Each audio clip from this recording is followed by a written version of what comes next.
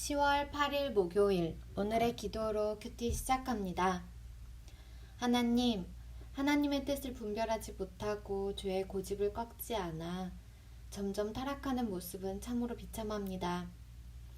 세상에서의 성공과 물질적 풍요를 기대하며 하나님을 좇았던 불신앙을 버리고 자신을 부인하고 주님 십자가를 함께 지는 저와 가정, 교회 되게 하소서.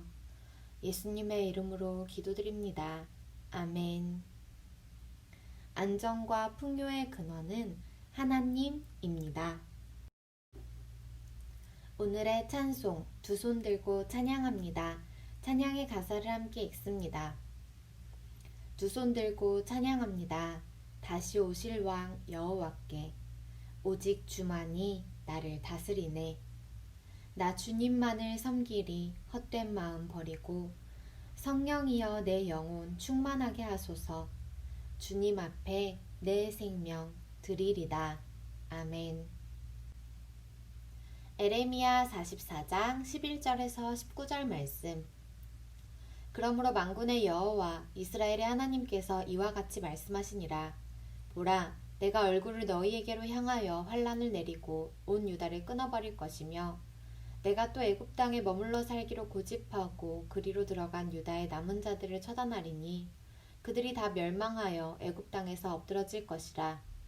그들이 칼과 기근에 망하되 낮은 자로부터 높은 자까지 칼과 기근에 죽어서 저주와 놀램과 조롱과 수치의 대상이 되리라. 내가 예루살렘을 벌한 것 같이 애굽 땅에 사는 자들을 칼과 기근과 전염병으로 벌하리니 애굽 땅에 들어가서 거기에 머물러 살려는 유다의 남은 자 중에 피하거나 살아남아 소원대로 돌아와서 살고자 하여 유다 땅에 돌아올 자가 없을 것이라. 도망치는 자들 외에는 돌아올 자가 없으리라 하셨느니라. 그리하여 자기 아내들이 다른 신들에게 분향하는 줄을 아는 모든 남자와 곁에 섰던 모든 여인 곧 애굽 땅 바드로스에 사는 모든 백성의 큰 무리가 에레미야에게 대답하여 이르되 내가 여호와의 이름으로 우리에게 하는 말을 우리가 듣지 아니하고 우리 입에서 낸 모든 말을 반드시 실행하여 우리가 본래 하던 것 곧 우리와 우리 선조와 우리 왕들과 우리 고관들이 유다 성읍들과 예루살렘 거리에서 하던 대로 하늘의 여왕에게 분향하고 그 앞에 전제를 드리리라. 그때에는 우리가 먹을 것이 풍부하며 복을 받고 재난을 당하지 아니하였더니 우리가 하늘의 여왕에게 분향하고 그 앞에 전제드리던 것을 패한 후부터는 모든 것이 궁핍하고 칼과 기근에 멸망을 당하였느니라 하며 여인들은 이르되 우리가 하늘의 여왕에게 분향하고 그 앞에 전제를 드릴 때 어찌 우리 남편의 허락이 없이 그의 형상과 같은 과자를 만들어 놓고 전제를 드렸느냐 하는지라. 아멘. 15절의 모든 백성의 큰 무리는 애굽으로 내려간 사람 대부분이 우상 숭배에 빠졌음을 나타내는 표현입니다. 17절의 하늘의 여왕은 생산을 주관한다는 바벨론의 여신 이슈타르, 아스타롯 혹은 아세라를 가리킨다고 봅니다. 오늘의 말씀 요약. 하나님이 애굽에서 살기를 고집한 유다 사람들을 멸하셔서 그들 중 유다로 돌아올 자가 없을 것입니다. 백성은 에레미야의 말을 듣지 않고 하늘의 여왕에게 분향할 것이라 말합니다.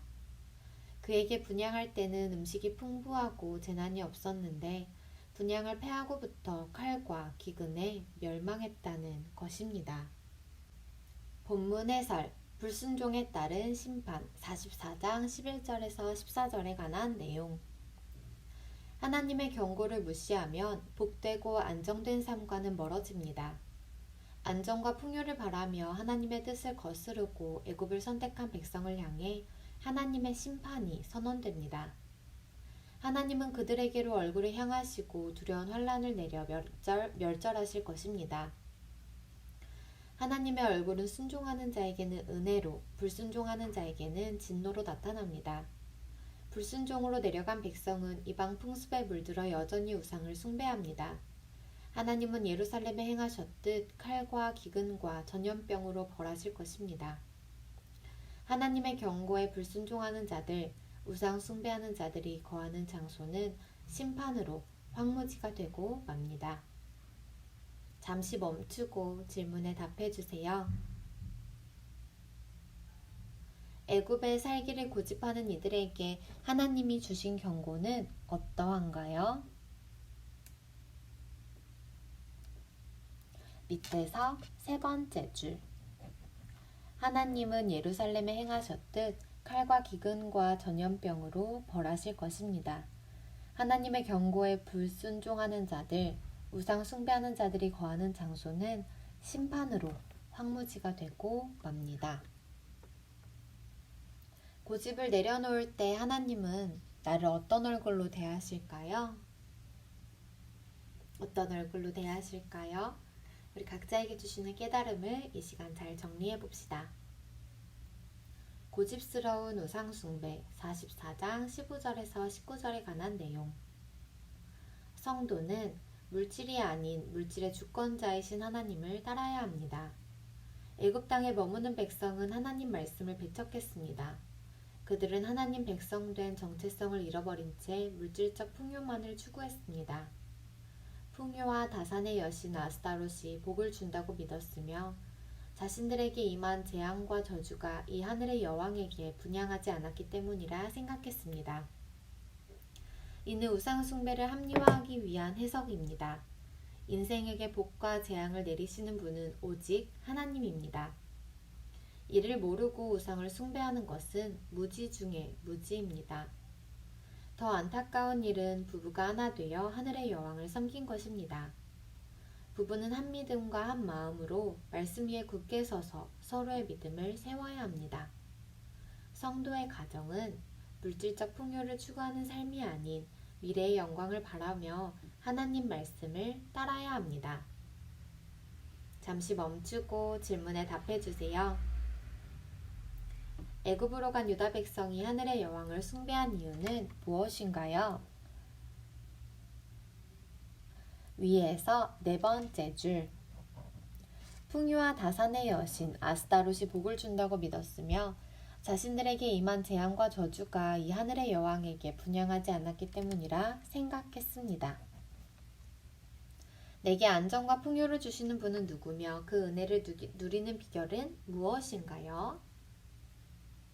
우리 각자에게 주시는 깨달음을 따라 이 질문에 답해 주세요.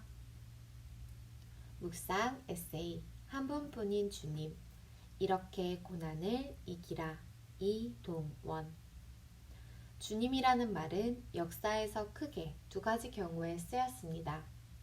하나는 구약 성경에서 여호와 하나님을 가리켰습니다. 다른 하나는 로마가 강성했던 1세기 사람들이 로마 황제를 향해서 이 말을 썼습니다. 그래서 당시 그리스도인들은 주님을 향한 마음 자세를 다음과 같이 고백했습니다. 시저의 충복들이 시저에게 바치는 충성보다 주님을 향한 제 충성의 정도가 결코 작지 않게 하소서. 큰 박해를 받아도 그리스도를 주님으로 삼는 흔들리지 않는 믿음 위에 선 성도들을 통해 역사상 어느 때보다도 이때 복음의 영광은 강렬하게 드러났습니다. 심지어 그리스도인들을 학살하던 군인들도 고민에 잠겼다고 합니다. 도대체 무엇이 저들을 심한 고통 중에도 찬양하며 기뻐하게 하는가? 이렇게 궁금해하던 사람들이 복음을 듣게 되었고 그들 역시 열렬한 그리스도인이 되었습니다. 결국 무소불위의 권력을 자랑하던 로마 황제들은 하나둘씩 파국을 맞이했고 로마 제국도 역사 속으로 사라졌습니다. 타협하지 않는 순결한 신앙은 빛과 영광을 입어 전 세계에 퍼졌습니다. 하나님을 두려워하면 사람을 두려워하지 않게 됩니다. 만물의 창조주요 주권자이신 하나님만 두려워하면 하나님이 그의 인생을 책임지십니다. 어떤 왕이나 권력자도 아니요 손으로 만든 우상도 아닌 하나님만이 유일한 주님이십니다. 아멘. 한절 묵상 에레미야 44장 16절에서 17절에 관한 내용. 문제의 원인을 정확히 알지 못하면 잘못된 결론에 이를 수밖에 없습니다. 유다 백성은 우상 숭배와 온갖 죄로 인해 징계와 심판을 당하고도 하나님의 뜻을 깨닫지 못했습니다. 죄를 뉘우치고 악한 행동에서 돌이키기는커녕 무슨 일이 있어도 하나님의 말씀을 따르지 않겠다고 다짐까지 합니다. 자신의 죄를 정당화하면 하나님께 돌아갈 길이 없습니다. 잘못을 인정하고 회개하는 마음이 자신을 보호하는 최선의 길입니다.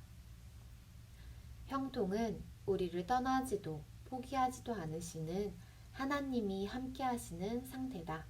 게리 하우겐. 오늘의 기도 드립니다. 하나님, 하나님의 뜻을 분별하지 못하고 죄의 고집을 꺾지 않아 점점 타락하는 모습은 참으로 비참합니다. 세상에서의 성공과 물질적 풍요를 기대하며 하나님을 좇았던 불신앙을 버리고 자신을 부인하고 주님 십자가를 함께 지는 저와 가정, 교회 되게 하소서. 예수님의 이름으로 기도드립니다. 아멘. 주님의 십자가를 함께 지는 우리가 되기를 간절히 소원합니다. 오늘도 예수님과 함께하는 믿음의 하루 되시길 축복합니다. 오늘의 큐티를 마칩니다. 감사합니다.